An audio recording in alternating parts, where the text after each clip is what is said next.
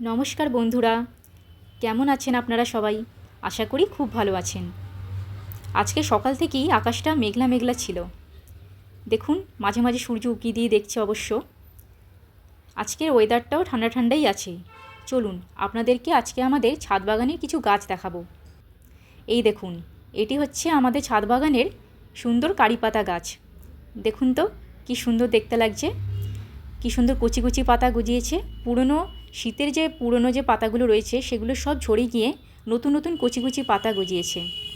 এগুলো হচ্ছে কারি পাতা ফুলের কুঁড়ি। আর এই দেখুন ছোট্ট ছোট্ট ফুলও ফুটেছে।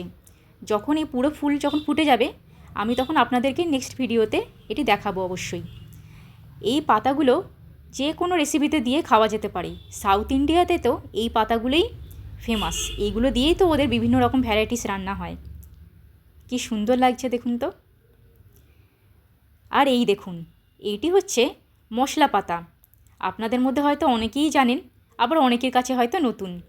এই পাতাটার গন্ধ ঠিক গোলমরিচ আর দারুচিনি, মানে পোলাওয়ের মধ্যে আপনারা যেগুলো দিয়ে রান্না করেন ঠিক সেরকম গন্ধটি। তো এটি তো আর পোলাওতে দিয়ে খাওয়া যায় না, কিন্তু এই পাতাটার গন্ধটা দারুচিনি আর এলাচের মতো, এই দারুচিনি এলাচ লবঙ্গ এদের মতোই গন্ধ, বুঝলেন তো। খুবই সুন্দর এক অদ্ভুত গাছ। আর এটি তো আমাদের জবা গাছ, অরেঞ্জ আর লালের মধ্যে। আর যেহেতু পুরনো সব পাতা ঝরে গেছে তাই ডালগুলো বেরিয়ে আছে আর কুচি কুচি পাতাও গজাচ্ছে।